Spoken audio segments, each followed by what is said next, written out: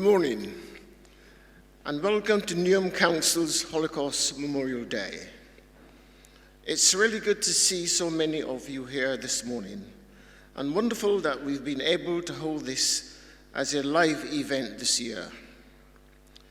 Holocaust Memorial Day remembers the 6 million Jews murdered in the Holocaust, the millions of people killed under Nazi persecution, and also those that died in genocides which followed Cambodia, Rwanda, Bosnia and Darfur. This year is 77 years since the liberation of Auschwitz concentration camp, and 27 years the genocide against the Tutsis in Rwanda. We are incredibly privileged to have survivors of both the Holocaust and the genocide against the Tutsis with us today to share their testimonies. As we move further away from the Holocaust, and there are fewer eyewitnesses alive to remind us of the horrors that took place, it is even more important that we all remember and ensure that history does not repeat itself.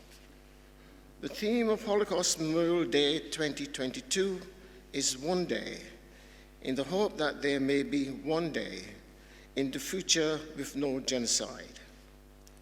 We learn more about the past, we emphasize with others today, and we take action for a better future. I would particularly like to thank the Queen's representative, Deputy Lieutenant John Barber, for joining us this morning. Now, before we move to our distinguished speakers, I need to give you some housekeeping information on today's event. Please be considerate to all speakers and other guests by ensuring that all mobile phones are on a silent setting. A fire alarm test is not planned for today, so if the alarm does sound, please leave the building by the nearest emergency exit.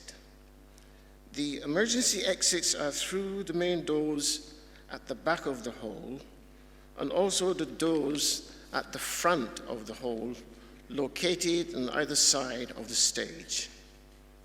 Please do not stop to collect personal items. The fire assembly point is outside the Bull Public House on Stratford High Street, which is to the left of the building. If exiting from the front doors, please turn left and walk 100 yards to the Bull Public House. If exiting from the rear, please walk through the rear car park gates, turn left onto Tramway Avenue, and then left again onto Stratford High Street, walk 100 yards and congregate outside the Bull Public House. Staff will be on site to direct all patrons to the nearest fire exit and assembly point. The toilets are on the ground floor, along the corridor to the right of the reception area. And now, I would like to request that you all stand for our guests of honor. Please stand. Firstly, may we have Eric Murangwa Eugene MBE of the Ishami Foundation, along with Althea Loderick, Chief Executive of Neum. Please move forward.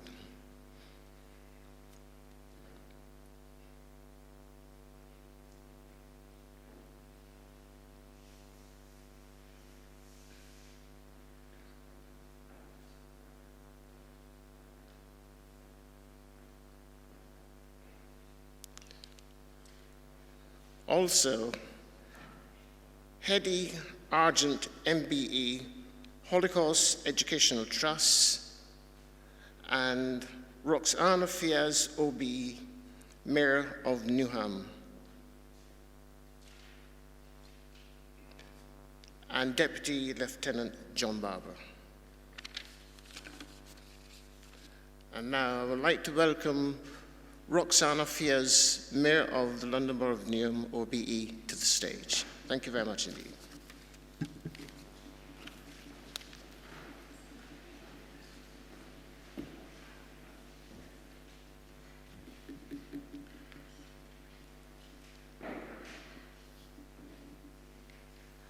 Good morning and welcome to all of you who have joined us for our important annual council event here at Newham Council to mark International Holocaust Memorial Day. It means so much to all of us that we are able to gather together in person again to mark this day when we remember the lives brutally extinguished in the Holocaust and those tragically lost in all genocides that have occurred since. Why do we mark International Holocaust Memorial Day? Well, in the words of the Nobel laureate and Holocaust survivor, Elie Wiesel, to forget a Holocaust is to kill twice. We mark and we remember not only to pay tribute to those who died and who suffered, but to renew our commitment to building a better and fairer world, one day, which is a theme of this year's International Holocaust Memorial Day.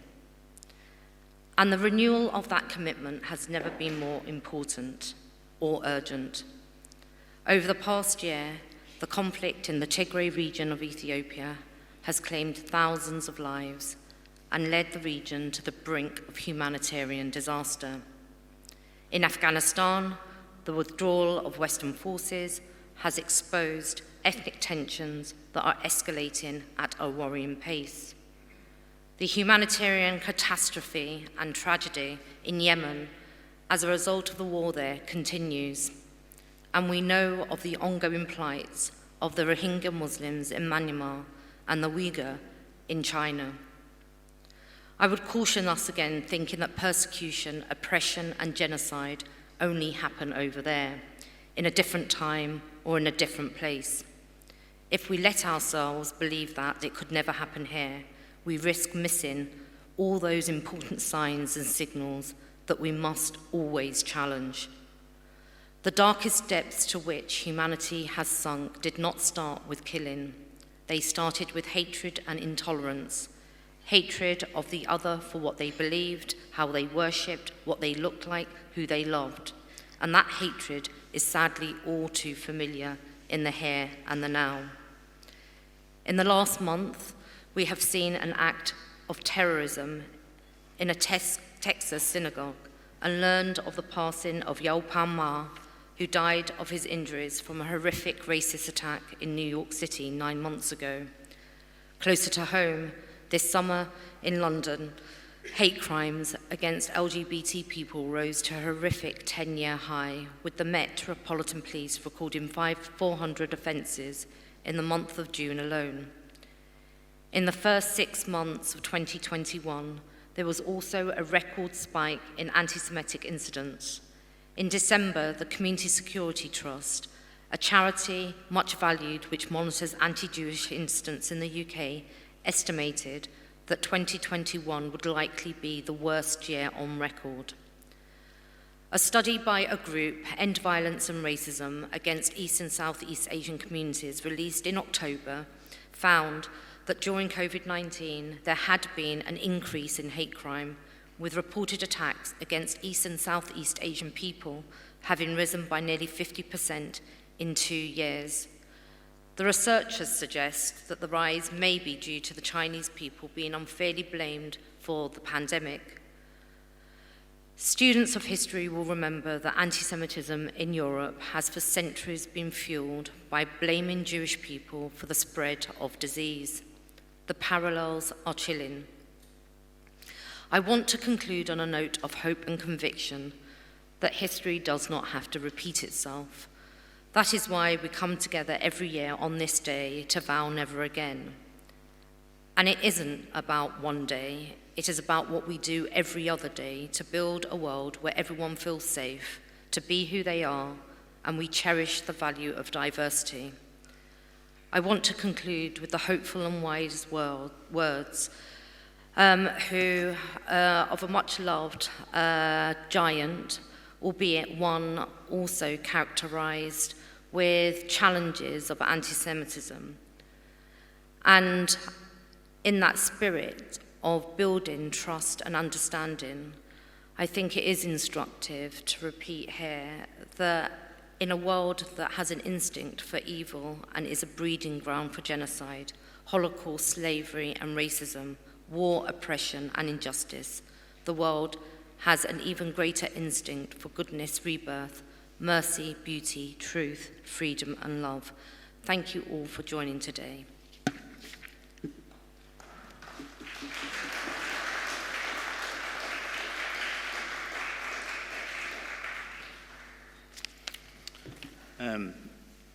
Thank you, Murphy-Az, for those words, and to everybody here for being here today. In past years, I have spoken at Holocaust Memorial Day here in Newham about the relatives that I lost in the Shoah, a Hebrew word for the Holocaust which translates literally as catastrophe. But today, I want to tell you all a different story. This morning, I want to tell you the story of Ho Feng Shan, a Chinese diplomat who served as consul general in Vienna in 1938, when Austria was annexed by Nazi Germany. Ho Feng Shan was responsible for issuing visas to China, but the Chinese ambassador at the time wanted to cement a good relationship with Nazi Germany. So he forbade Vienna's consul general from issuing any visas to Jewish families wishing to escape being murdered by the Nazis. Ho Feng Shan was consul general to Vienna for 2 years.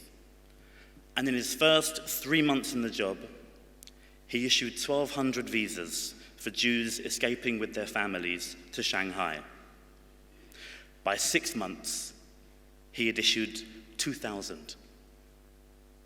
During his whole time in post, before being recalled to China in 1940, it's estimated he issued as many as 4,000 visas to Jewish families fleeing persecution, directly disobeying orders given to him by his bosses in Berlin and Beijing.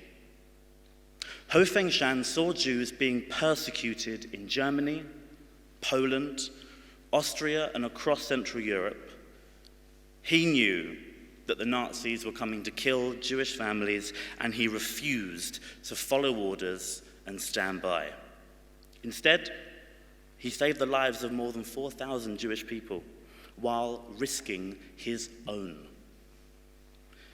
At the Yad Vashem Holocaust Remembrance Center in Jerusalem, which documents the Shoah, the catastrophe in which 6 million Jews were murdered, the exhibition opens onto the mountains and a grand view of the city, representing the enduring survival of the Jewish people. On one of those mountains is the Garden of the Righteous Among the Nations, where trees are planted to thank and commemorate people who weren't Jewish, but who risked their lives to save Jews while the Holocaust raged on. Individuals who committed extraordinary acts of bravery to save others when they could have kept their heads down, followed orders, or stood by. Instead, they acted with immense and immeasurable courage to save us. In this garden, a tree is planted for Ho Feng Shan, righteous among the nations for saving thousands of Jewish people. Ultimately, this is how we ensure never again. We make sure that we are the people who stand up and show extraordinary bravery to protect others, and we don't tolerate hate because we know where it can lead, just like Ho Feng Shan did. Our guest of honor today is a survivor of the Shoah and joins us from the Holocaust Educational Trust. It is my honor to introduce Hedi Argent MBE to tell her story.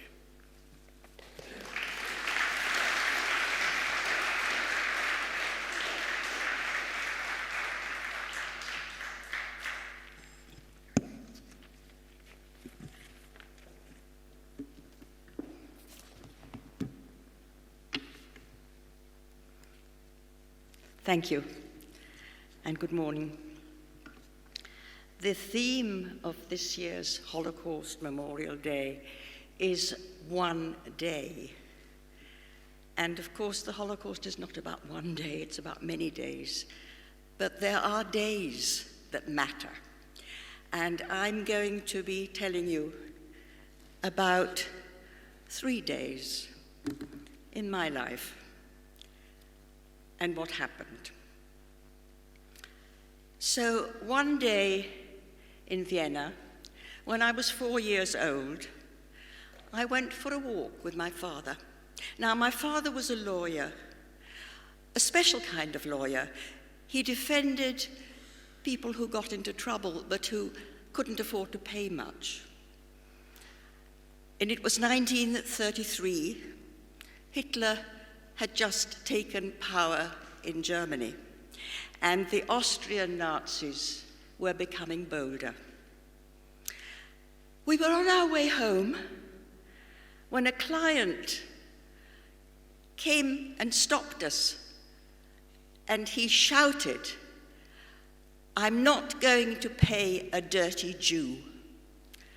And he spat at my father, and then he ran off. I cried, and my father comforted me. He explained that Jews were not dirty, that there were people called Nazis who didn't like the Jews, and that was called antisemitism, a new word for me. I grew up understanding what that word meant. It meant that people didn't like me because I was a Jew. 2 years later, when I started school and I was called a dirty Jew, I began to learn how it felt. Other children wouldn't play with me because I was a Jew. I always had to sit at the back of the class because I was a Jew. I wasn't included in any teams or events that were going on at school because I was a Jew. And every Christmas, sort of 10 days before Christmas, someone called St. Nicholas used to come into our school. Now, St. Nicholas is the same as Santa Claus. He has a red cloak and a white beard, but in Austria he's called St. Nicholas. And he comes into primary schools every year, about 10 days before Christmas, and he carries a sack over one shoulder, a big sack, full of small toys to give to all the children who've been good all year. And on his other shoulder, he carries a birch rod to whip all the children who've been bad all year. And he used to come into our classroom, and he went to the teacher's desk, and he put down his big bag of toys, and he had the register, and he would call out the names of all the children one by one, and he'd give them a small toy. And then he'd say, "And now for all the children who've been bad all year." And of course, there's only one child left. I was the only Jewish child in the class, and it was me. So he called out my name, and I'd have to come to the front, and he'd get down his birch rod, and he'd never really hurt me, but he'd pretend to hurt me, and that made all the children laugh. And worst of all, it made the teachers laugh. And then, March the 13th, 1938, becomes the one day, when our lives change forever. We are with our neighbors. We are listening to the radio. The adults are silent, tense. We are waiting to hear when the Anschluss is going to happen. We know it is going to happen. And Anschluss is a German word meaning the joining together of Austria and Germany. And we hear on the radio Dr. Schuschnigg, the Chancellor of Austria. He's speaking. He's saying he can no longer resist the pressure to unite with Germany. Pressure from Hitler, pressure from his own government, pressure from the people. He is resigning, he tells us. And when he has resigned, the Austrian anthem will be played for the last time. And the music starts, and it's a beautiful Haydn melody. And halfway through, the tempo quickens, and it becomes the German anthem, because the German anthem has the same melody, but it's played at a quicker speed. And when the anthem finishes, there is jubilation. We hear the people cheering on the radio, and we hear the people cheering outside.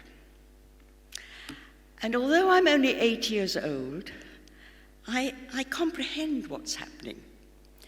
I see our elderly, good Christian neighbors weeping. They don't know how they're going to live. Austria will never be the same again. How will they go on with their decent lives? And then I see my father, my tolerant, usually very optimistic father. And he rises and he smites his forehead and he says, "For you, it is how you are going to live. For us Jews, it is a matter of our very existence."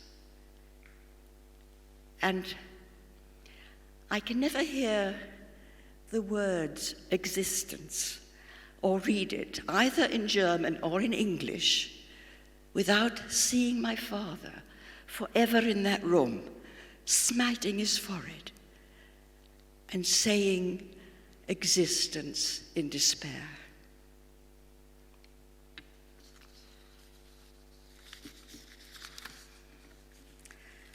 So, overnight, we become fugitives. We stay in our homes, we hide wherever we can stay because we don't have our own home anymore. And we stay indoors because we're forbidden most things. We're forbidden to use any public spaces. We're forbidden to go to libraries. We're forbidden to use swimming pools or tennis courts. I've had a pair of skates for my last birthday, and I'm very distressed because I can't go skating, because Jews can't go to skating rings, Jews can't go to parks, Jews can't go to cinemas or to theaters or to concerts. Life becomes very threatening. And worse things happen, like the men, Jewish men, women too sometimes, but mostly men, are taken out of their beds in the middle of the night, in their nightclothes, taken into the street, and made to scrub the pavements and to clean the public lavatories, very often with a toothbrush. And then to humiliate us further, we had to go to a certain office. All Jews had to go. And all the women had to say that their names were no longer whatever they were. And they were given the name of Sarah. All Jewish women were called Sarah. And all Jewish men had to give in their names, as it were, and were called Israel. Now, 50 years later, I felt vindicated when my granddaughter was named Sarah. And she lives in Newham, and she's here today. So, I began to understand when I was 8 years old that we had to spend all our days and nights mostly to find a safe place that we could perhaps one day call home. And I learned about the fact that other nations, other countries, didn't want Jewish refugees from Austria and Germany. It's not unlike today. We haven't learned that lesson about refugees. So I learned about what a quota was, what a visa was, what an affidavit was, what a guarantee was. We needed all of those to get in anywhere. And my parents spent 16 months trying to get all the documents together, all the information needed for us to be able to go to another country where we could feel safe and perhaps feel at home one day. And we finally got permission to come to England. Now, in our passports were our photographs with our new names. We were all Sarah and Israel. And we also had to have our left ears showing. That is my passport photograph behind me. And you may notice that my left ear is showing. Now that was because the Nazis said that all Jews were criminals, and criminals had to have their left ear showing when the police took photographs of them. So there we all were, all called the same names, and all of us with our ears showing. And only one document was needed to leave, because the Nazis wanted the Jews to leave, so that was not a problem. But of course we had to sign a paper to say that we were leaving all our property willingly, and we were only allowed to take out one suitcase each with the utmost necessities. We had to hand in our jewelry, anything we had that was of value, we had to go and hand in. And I was very cross because I had had on my birthday, as well as the skates, a tiny, fine gold chain with a Star of David on it. And the Star of David, as you all know, is the Jewish symbol, like a cross is a Christian symbol. So I had to hand that in before we left. And the journey was pretty horrific. We never knew if we were really going to be able to get out. We kept on being searched. We kept on having to get off one train and getting onto another. But we did. We arrived. And in one day, we left terror for safety. And everything changed again. It takes just one day to leave terror for safety. But how difficult had it been to get to that one day? But we arrived exhausted and bewildered in Victoria Station. And we got off the train, and everything was different again. Everything. The weather was different. It was July and it was raining. The food was different. The clothes were different that people wore. The way people behaved was different. The houses people lived in was different. Everything was different. And we didn't know, were we always going to remain outsiders? Would we always be refugees? We got out, and as we started walking down the platform, a porter came up to us, and he said, "Can I help?" My father, in his very broken English and strong accent that he never really lost, said, "No, thank you, no money, no money." And the porter looked at me and he smiled and he said, "Oh, never mind, miss," he said, "never mind." And he went into his pocket and he drew out a bright, shiny, 16-sided threepenny bit that had been newly minted. And he gave it to me. And he said, "For luck in England, miss, for luck in England." Now, I never saw him again. I never knew his name. For all I know, he forgot all about it the next day. Or maybe he gave threepenny bits to all the children arriving from Europe. I don't know. But I do know that what he did was a small act of kindness. A small act of kindness that meant so much, that meant welcome, acceptance, the possibility of a future. And it was something so important that happened on that one day, but remained with me for the rest of my life. And I'd like to just finish by reading you a very brief poem written by Michael Rosen, children's author. I'm sure a lot of you have read his books, but he's also written a book of poems. And this one is about being a refugee. And it's called On the Move Again.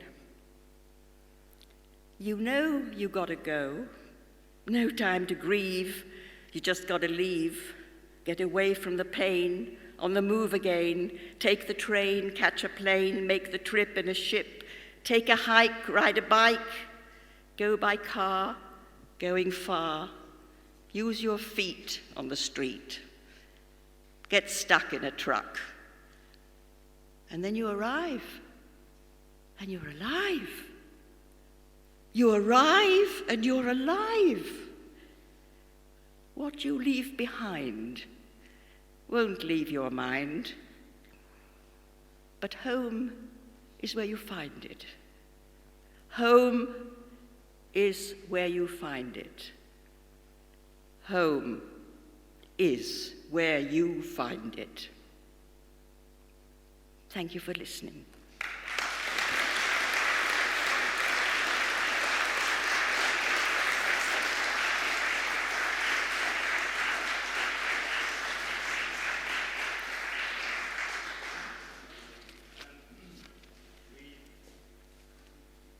We've now got some time for some questions Yes. from everybody here. Anybody who has any questions for Hedi and wishes to ask them, excellent. We have a young boy at the end. Monica has a microphone for him. Just a minute until it's on.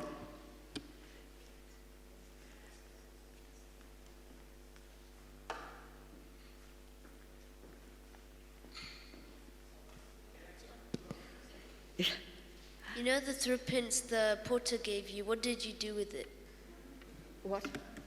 The threepenny bit from the portal. Well, if you hand me my bag, I actually brought it and forgot to show it. Thank you, Eric. No, not that bag, Mike, sorry. Sorry. It fell out of my thing and I forgot. Oh.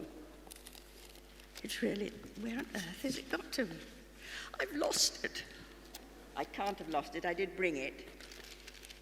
I brought it to show you, and there it's not. Do you want to look in the other bag? No, it won't be in my other bag. I don't know where it is. Oh, that would be dreadful if I lost it, but I will find it. Just could be in the car that I came in. I'm sorry about that, but I've still got it, and I meant to show it to you when I was speaking, because it's in the same purse that I kept it in, put it in when I was 10 years old. Amazing.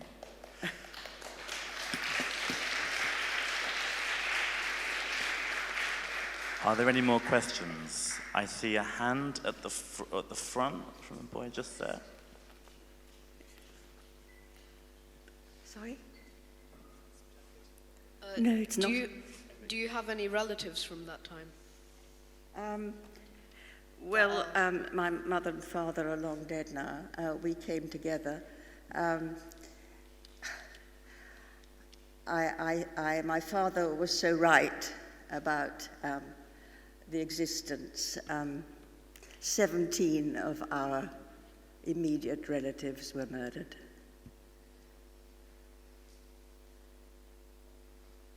That's heartbreaking. We've got time for one or two more questions. I see a young girl just over there with her hand. Further back, Monica.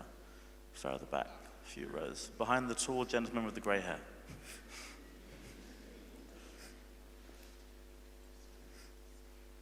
Did you cry when anyone was rude to you? Did I cry? No, I learned very quickly not to cry.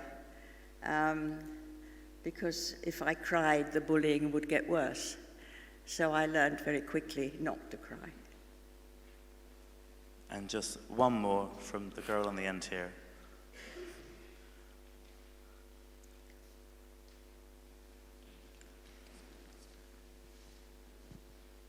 Did you have any siblings? No, I was an only child. All right. Thank you ever so much, and thank you, Hedi.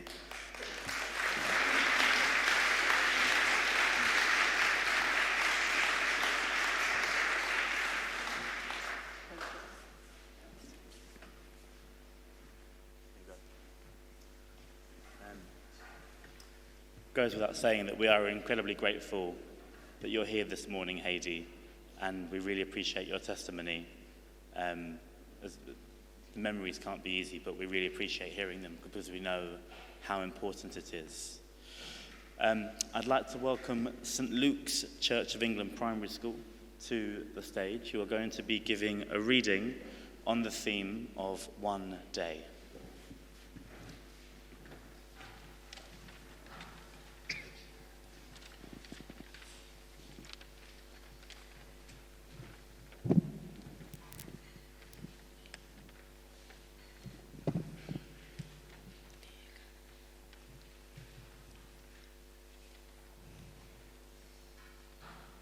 They think I can't see the 6 million gone. They think I can't see the freedom we have lost, because to them I am less than human, just flesh. They think I can't hear what they're conspiring. They think I can't hear the fear we are crying, because to them I am less than human, just flesh. But one day, this day, you see me, you hear me. One day is this day. 6 million people gone. 6 million people whose lives could have led to a better future, but no, no, no.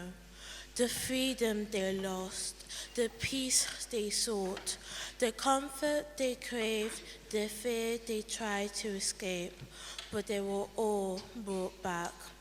They tried to look for the light, but all they faced was darkness. Them, they cut clothes, they shaved heads, they stole from many beloved families. Our differences are what makes us powerful, makes us strong. Our differences should not divide us, but unite us. Never again should a nation be divided by a difference. Never. Even as they died, their memory lives on. And now it's up to you to step into the past to fix it. Be brave enough to change it. Together, this will not happen again. Today is a new day. Separated, lost, and lonely. People's hearts filled with despair. The hatred felt by the hated. People looked for freedom. People craved some comfort. None was found. Faced with darkness, souls were taken, gone. Gone but not forgotten. United, not divided. From darkness comes the light. Together, our future's bright. We looked for light, but darkness pulled us in.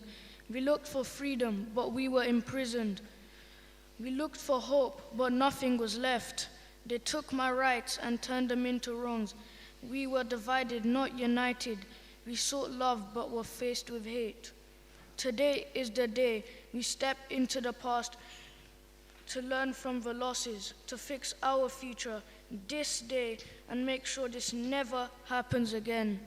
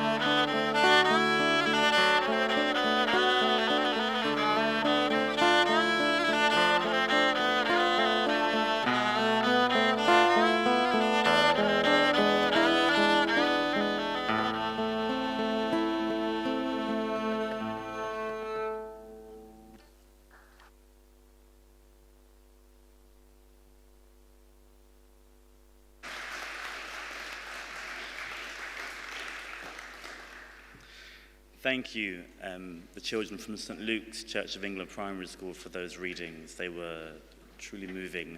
And of course, to Newer Music Bridge and Sounds Orchestra for that performance of Cantek de Ascoltare, which was honestly one of the best orchestras I've heard in a very long time.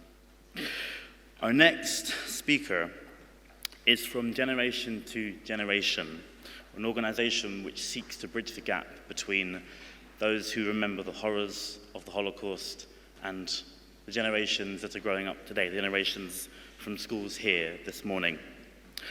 I'd like to introduce Ella Garai-Ebner, who will be sharing memories of her grandfather, Dr. George Garai, survivor of Mauthausen and Gunskirchen concentration camps.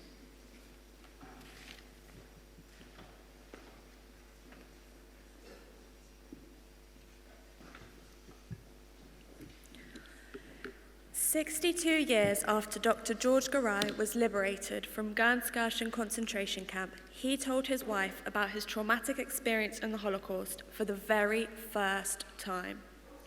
This was just days before he passed away in 2007, and it was in these very last days of his extraordinary life that he told his wife to tell the world what had happened to him. He wanted people to know. My grandpa wanted people to know that he was born into a happy family, a Jewish family that felt safe at home and assimilated in Budapest, the capital city of Hungary. He wanted people to know that this safety, this happiness, this assimilation was, well, it was torn away from him. It was torn away from Jews all over Europe. He needed people to know. He needed people to know that this is how his father, Arpad Garai, died. He was murdered by the Nazis at 57 years old. He wanted people to know that this simply cannot be forgotten, because when history is forgotten, the fear that it is going to repeat itself only grows. I can't pinpoint the moment I first learned about my grandpa's background. For as long as I can remember, I have always known of the Holocaust history in my family. I have always known that my grandpa, my beloved Juri, the Hungarian nickname we called him, with his hearty laugh and twinkling smile, was a survivor. It's in more recent years that I have learnt more about what this actually means. I have learnt that at the age of 18 in 1944, my grandpa survived 2 labor camps, Vertrakos and Bauf, where he was forced to partake in grueling manual labor and live in an ice-cold, overcrowded barn, where he woke up every single morning with 1 or 2 dead bodies amongst him. I have learnt that here, his daily food ration was a small, black, mouldy loaf of bread. And I have learnt that he ate this mouldy loaf because it was simply the only option. I have learnt that my grandpa survived Mauthausen concentration camp, where he was housed in a canvas tent with 10,000 other prisoners. These were badly overcrowded, and Juri could not lie down unless he placed his lower limbs and feet on the shoulders of the man opposite, who placed his legs similarly on his shoulder. Approximately 190,000 people were imprisoned in Mauthausen during World War II, and at least 90,000 died. Perhaps the most distressing thing I have learnt about is the 4-day-long forced death march that Juri was sent on from Mauthausen to Gunskirchen concentration camps.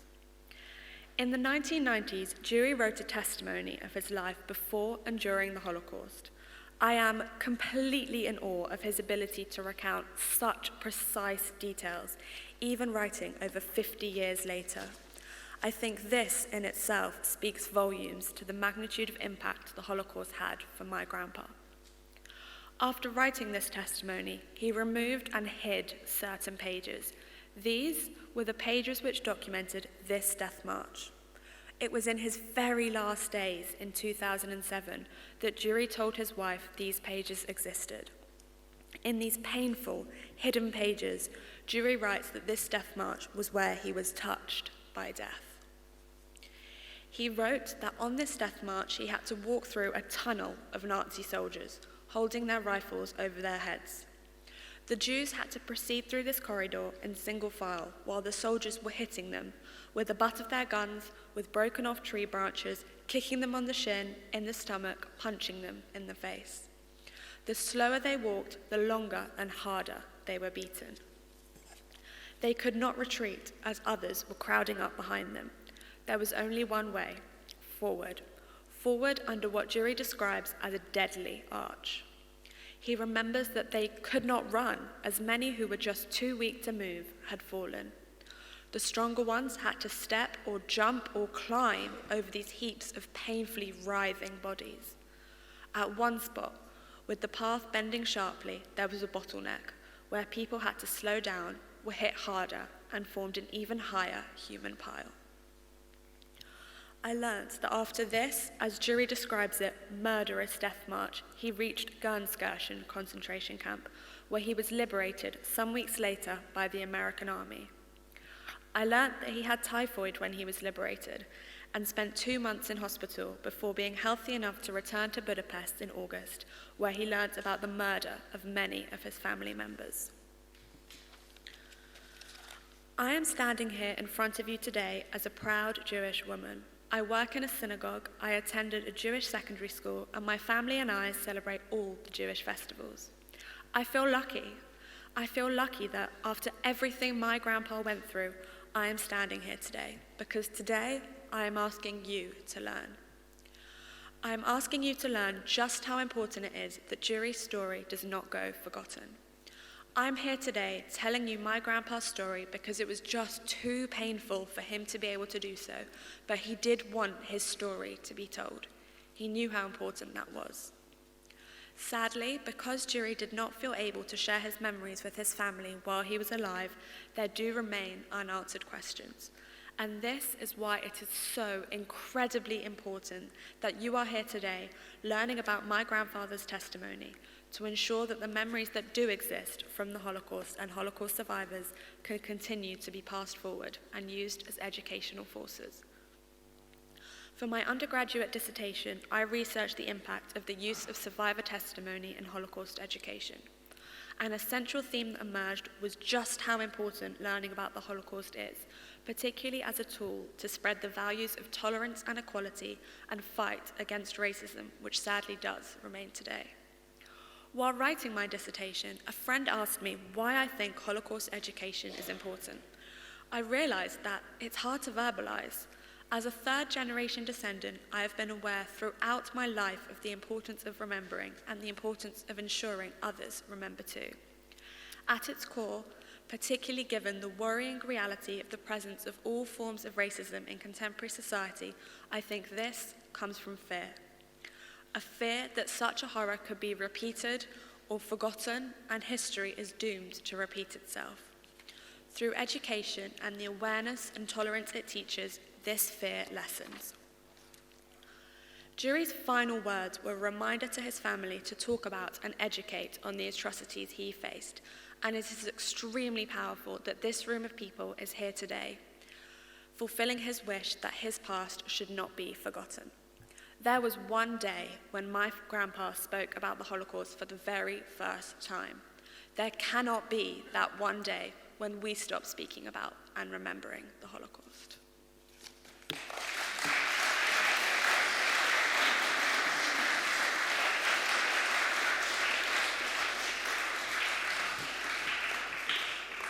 Thank you, Ella, for that moving testimony, and I can tell you here today that we won't forget Jury's story, just as we won't forget the stories of everybody who lost their lives in the Holocaust and those who survived and had to live with the memories. And also to generation for the work that they do. Thank you. The song and poem Hatikva, which in Hebrew means the hope, has been the national anthem of the Jewish people for 125 years. At the liberation of Bergen-Belsen concentration camp in April 1945, Patrick Gordon Walker, a BBC radio reporter, was there to hear and record survivors of the camp, weary and exhausted from starvation, use all the energy they had to sing Hatikva. Clips of this footage play at the entrance to Yad Vashem in Jerusalem. And today I'd like to introduce Sarah Kamat from Newer Music, who will be singing Hatikva.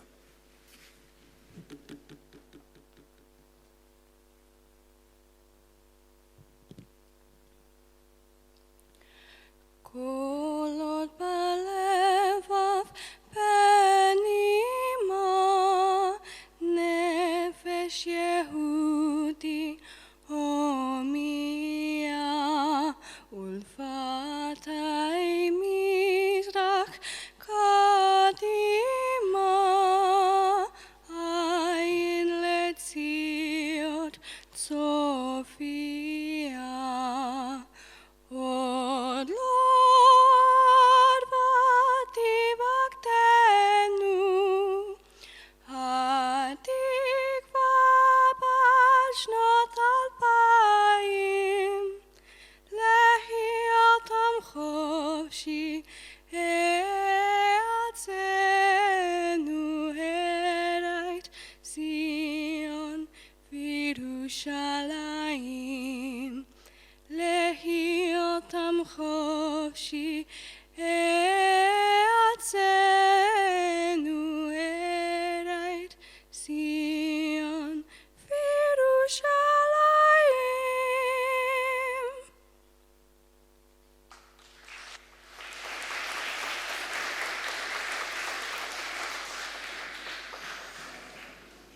Thank you, Zara. That was beautiful, truly beautiful.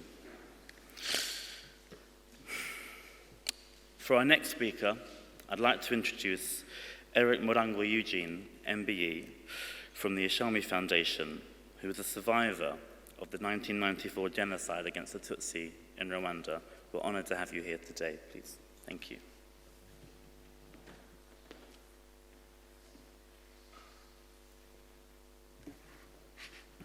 Good morning.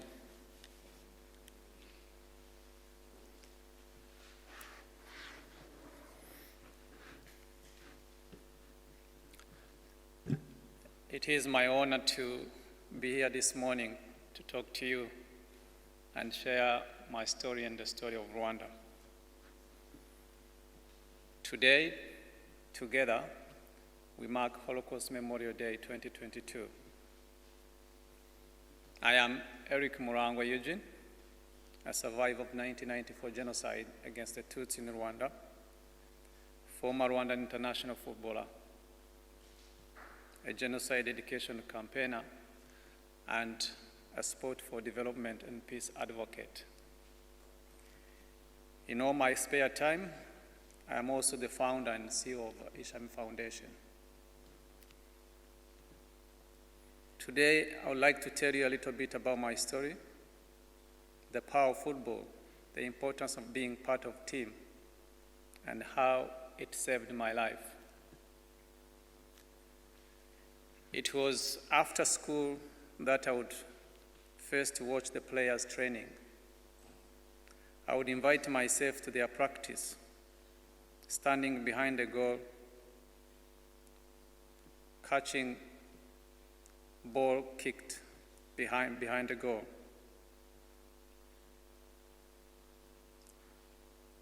My fascination with the game grew along with my height. And before long, I was asked to be one of the boys. Before long, I was talent spotted and became known by my nickname, Toto, meaning the young boy in Swahili language, and grew to become one of Rayon Sport's best loved players, a fact that would later save my life. I don't know how much you know about the 1994 genocide against the Tutsi. In this small but beautiful landlocked country in East Africa, over 1 million people were killed in just 100 days. When people talk about the 1994 genocide against the Tutsi, it often sounds like a one-off atrocity. One terrible event just happened. But really, It was the last in a sequence of division and hatred that can be traced back to colonizers, Belgians, who invaded and created division, spread hatred, dehumanized people, and created decades of conflict, and eventually resulted in genocide. Between 1990 and 1994, ethnic hatred was openly accepted in my country.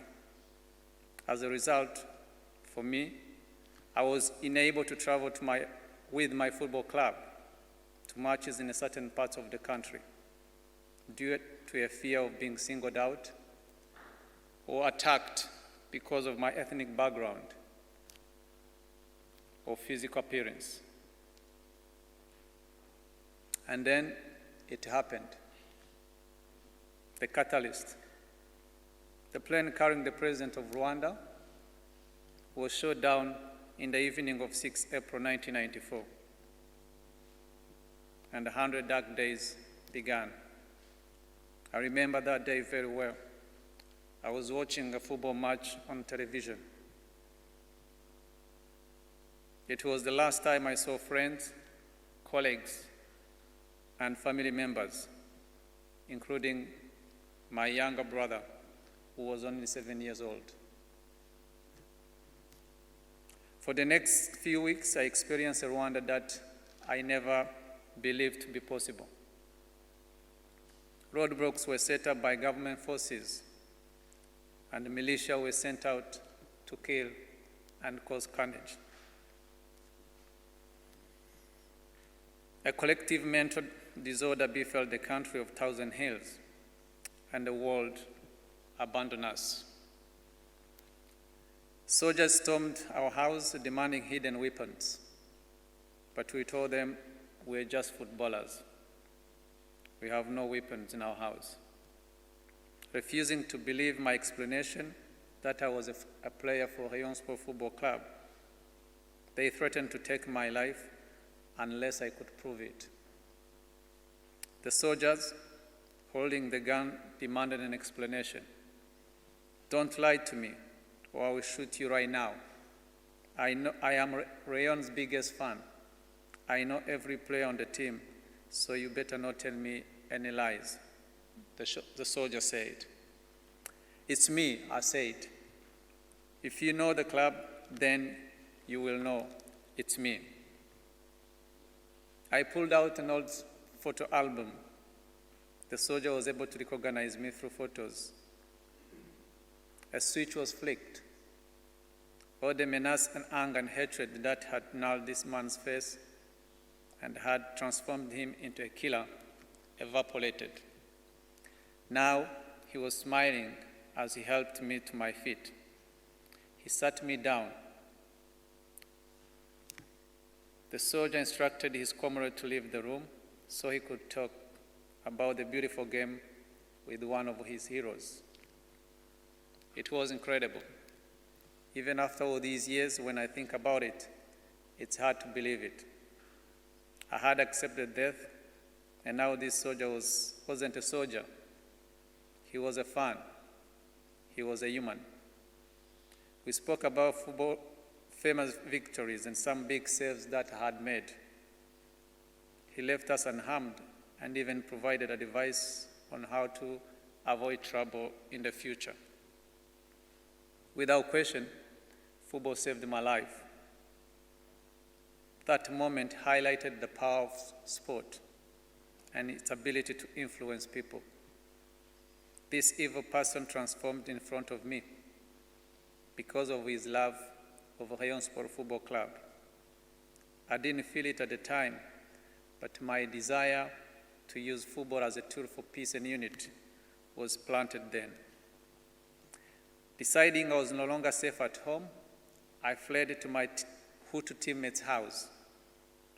While many people throughout Rwanda were being killed by their friends and acquaintances, my Rayon Sport teammates remained united throughout the genocide.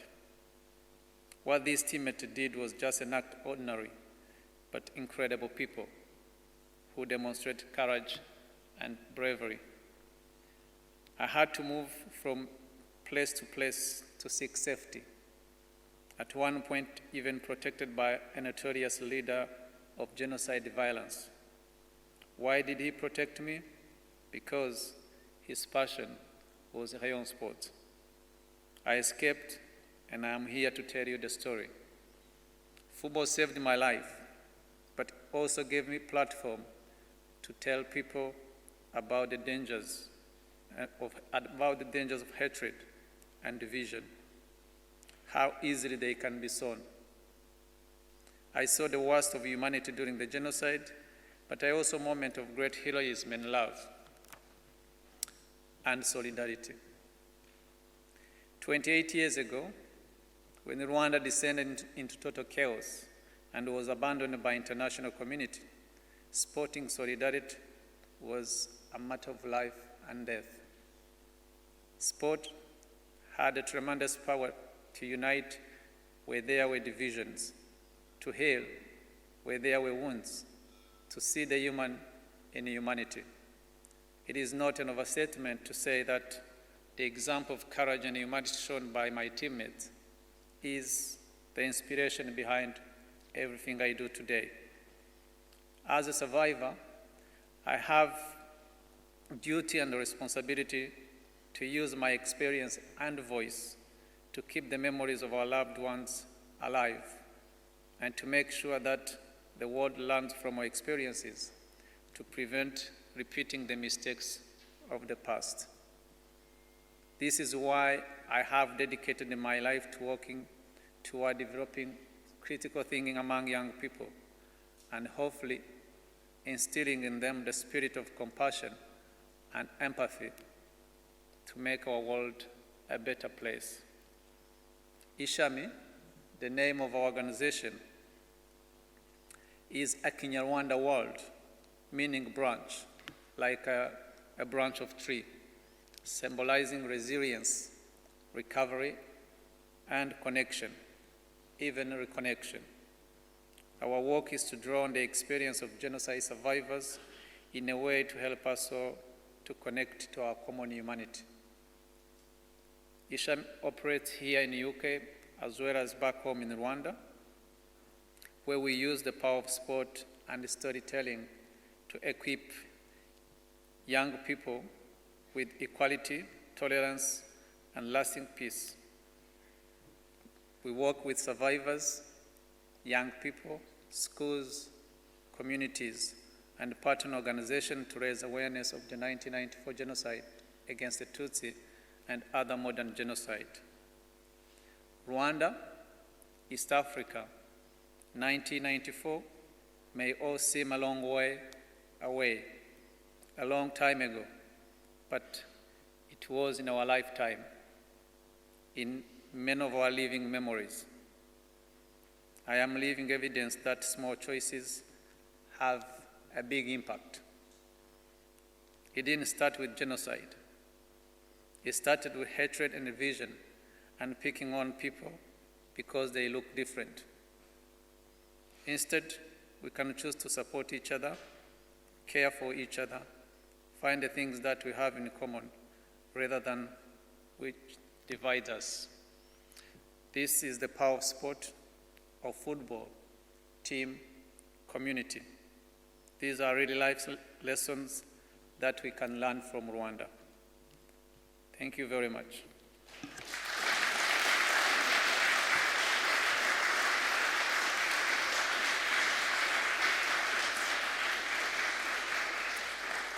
Thank you, Eric, for that moving testimony and a reminder of a stark reminder of the banality of evil and how evil is not done by monsters but by ordinary people overcome by hate, and that again highlights the importance of creating that connected world and that solidarity.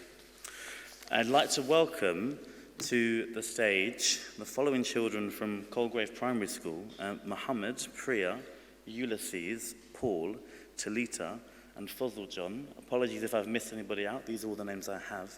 They're here to read, to do a reading on the theme of One Day, which is today's theme for Holocaust Memorial Day 2022.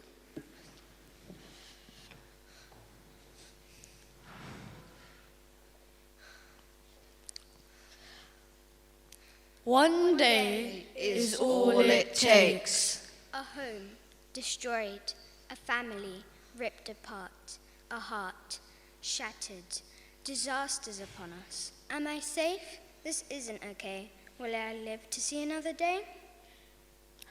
One day is all it takes. Forced to deny all I believe.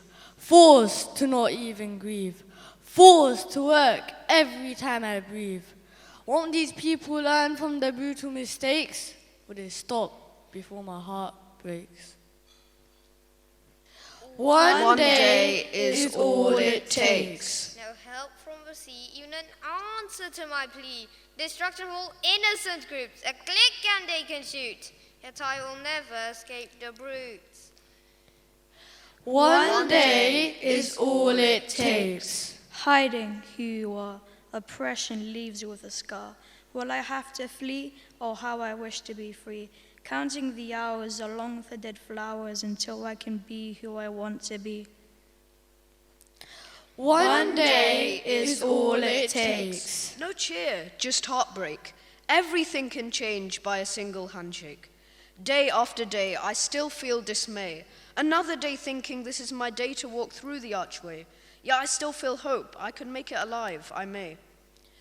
One day is all it takes. Never liked seeing others' hearts break, enemies making brutal mistakes.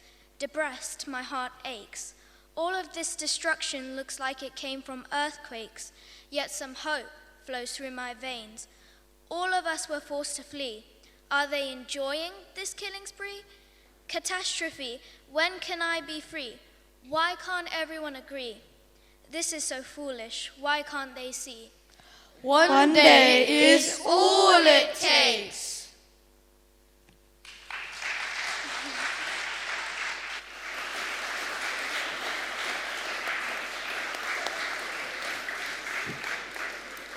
Thank you to the children from Colgrave Primary School there. It's fantastic. Our next speaker is a historian from Edinburgh University, here to give a talk on the history of East End immigration in Newham and Newham's place within that. I'd like to welcome Vesna Kurlik.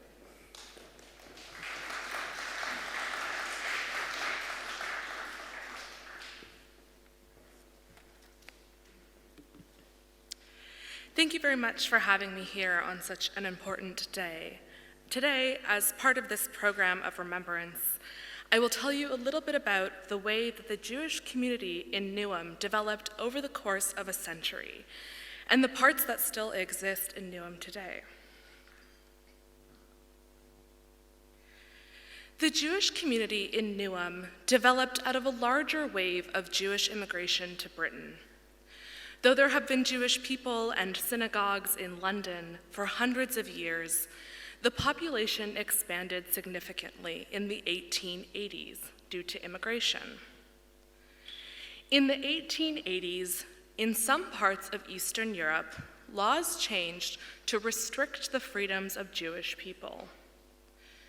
Limitations were introduced on where Jewish people could live and work and go to school. There were also some anti-Jewish riots called pogroms, which caused many Jewish people in Eastern Europe to flee their home countries for a better, safer future. As a result, many Jewish families immigrated to places like London. Initially, these Jewish immigrants to London settled mostly in the East End. As immigrants, many of their lives were quite difficult because they had been forced to leave behind their money and possessions. The poorest Jewish families often lived in overcrowded conditions, with whole families living in just one or maybe two rooms. And these Jewish immigrants also worked in difficult conditions, often as tailors like the ones you see on the screen, or shoemakers, which meant that they worked in hot, dusty factories for 12 or 13 hours a day. Eventually, in the 1890s and early 1900s, parts of this Jewish immigrant population moved further east into the neighborhoods that currently make up Newham. Wealthy families moved into the large houses in Stratford, Forest Gate, and Manor Park. Others yet settled in busier areas of Newham, working in small shops and markets around Canning Town and Green Street, including the Queen's Road Market pictured here. Of course, as the immigrant Jewish community in Newham developed, so did the Jewish institutions. For example, in 1904, a newspaper called the Jewish Chronicle reported that there were about 50 Jewish families living near Canning Town, but that they had no official institutions. A local organization donated money to establish a permanent synagogue in this area, which in turn attracted more Jewish families to the neighborhood. This synagogue became the Canning Town Synagogue, which existed until the 1970s with a thriving congregation. Over many years, the Jewish community established a total of 5 synagogues in Newham, 3 Jewish cemeteries, and countless Jewish-owned businesses, which includes bakeries, fishmongers, and even a fabric and curtain store that still exists today. Now, as you know, the theme for today is one day.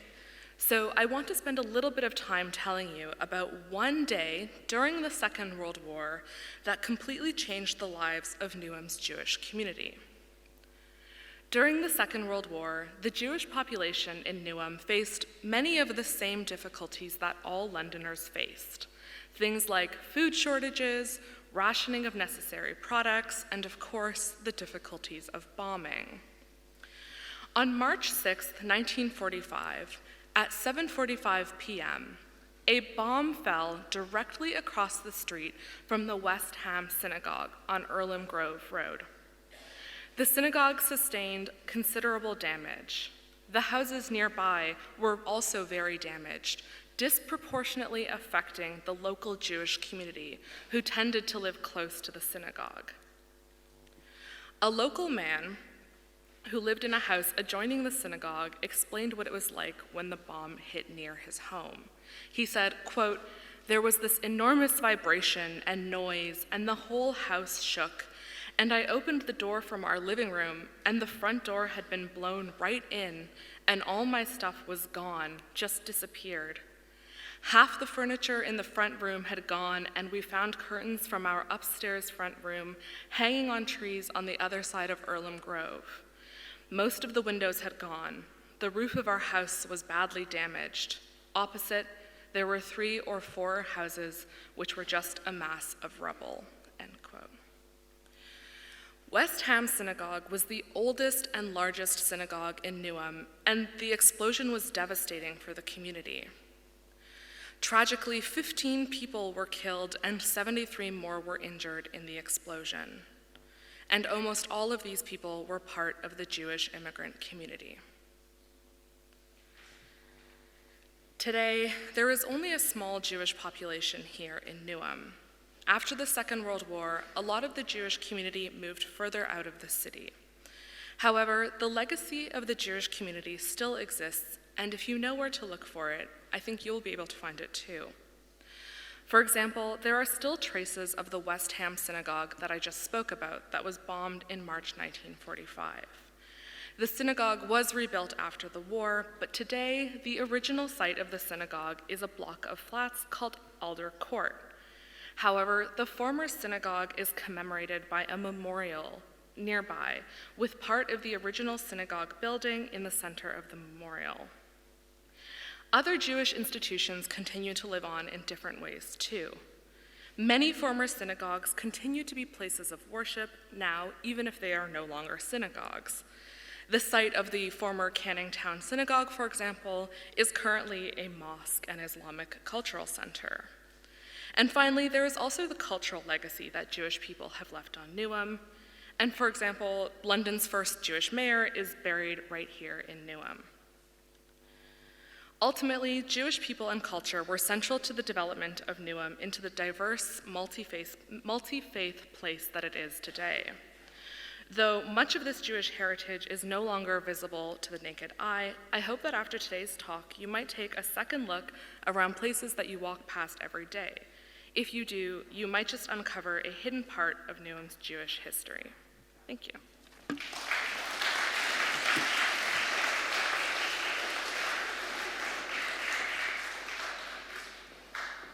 Thank you, Vesna, for that fascinating history into the Jewish history of Newham, which not many people are familiar with, so thank you.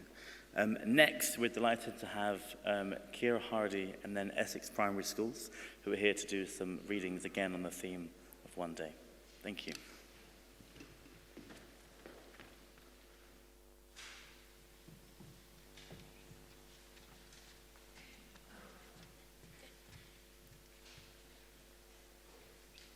The 1st of September, 1939. It was the 1st of September, 1939, and all lives were changed forever. Many Jews died in concentration camps, although some still live today. It was like living in a nightmare. From that day on, you were not allowed to put a toe out of line. The Poles and the Brits and the French were enraged and fought for their lives, people, and their land. And on Holocaust Memorial Day, we all come together to remember those who died and those who live on to tell their stories. One day, as the bus came out to play, I was on my way. As I entered the school gates, the teacher said good morning. I waved to them, energized for another day of learning. This day, I have a chance to see other children. I opened my book and started writing, yet I was still afraid inside because our lives can change any day. History was fun. History was fun. I was so excited. Still, chills ran down my spine that day. I was very stressed. I couldn't wait to go home and have a good time with my family because together we stand stronger.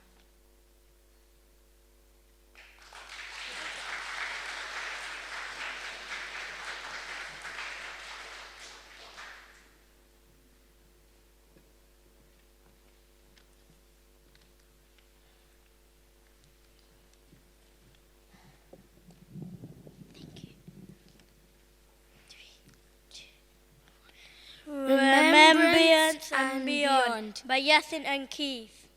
World War II, 1941, 27th January, Hitler on the lead. Hitler, the evil man, despised Jews, killing more than 6 million.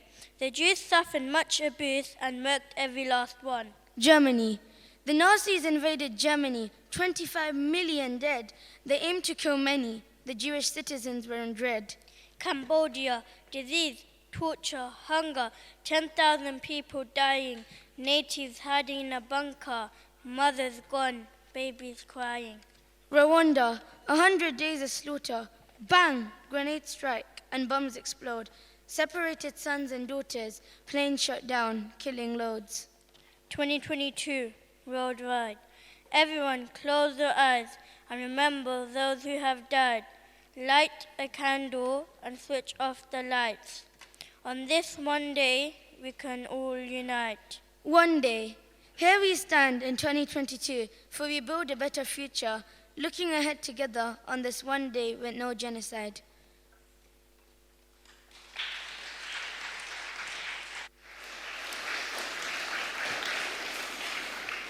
Thank you to all of you from Keir Hardy and Essex Primary Schools for that reading. I now have the honour of introducing the following guests to stand behind the table in preparation to light candles as part of our ceremony today, following which we'll observe a minute's silence. For that minute's silence, we'd like to ask you all to stand when the time comes. Please, I'd like to welcome Deputy Lieutenant John Barber, the Queen's representative, Oksana Fiaz, OBE, Mayor of Newham, Hedi Argent MBE, Eric Murangwa Eugene MBE, and Ella Garai-Ebner.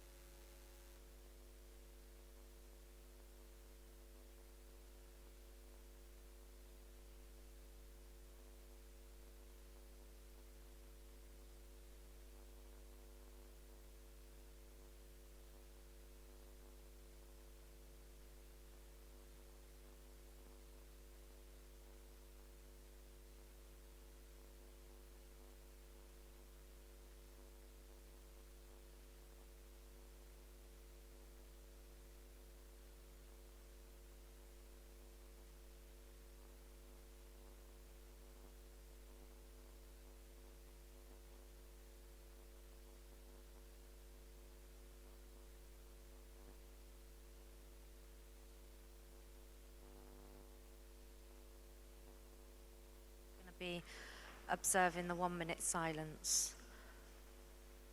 And we'll be starting now.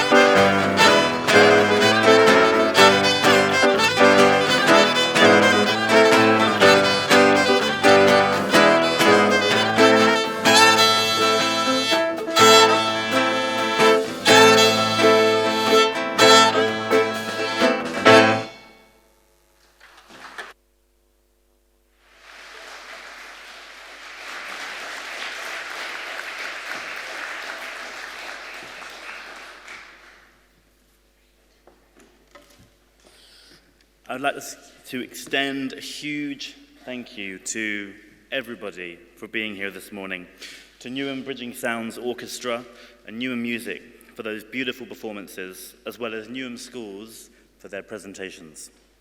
I'd also like to extend our deepest thanks to our guests of honor, survivors Hedi Argent MBE and Murangwa Eugene MBE. Special guests Ella Garai-Ebner and Deputy Lieutenant John Barber. Detective Chief Superintendent Richard Tucker for attending, and to Daniel Carver San Jose, our Regional Ambassador for the Holocaust Educational Trust. Daniel will be around after today's ceremony to chat about the work that the Trust does and why it is crucial for young people to learn about the Holocaust, carrying the stories of survivors and the lessons learned to the next generation. We have an interfaith event at midday in the Wilthorne Chamber downstairs, which will feature an art exhibition, refreshments, and speakers. Finally, at 7 p.m. tonight, we're hosting a free film screening of The Champion of Auschwitz in Stratford Youth Zone, the building formerly known as Stratford Circus. Please do register online and come along for the film, followed by a discussion and performances. St. Helens Catholic Primary School Choir will now perform One Moment, One People. Thank you again for coming, and please continue to stay safe and do stay for refreshments afterwards.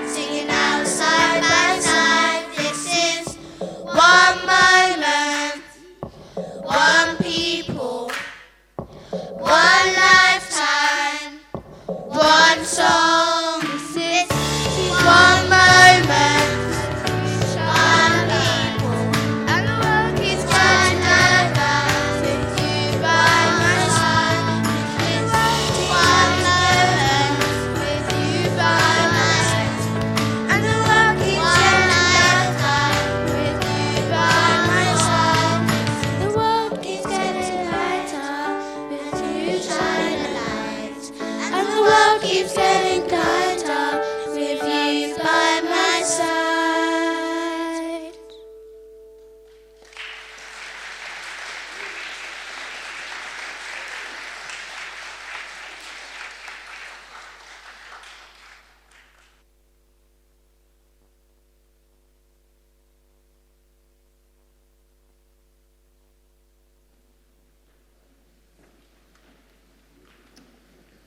That concludes our ceremony for today. Thank you again for coming, and please do stay for refreshments and stay safe.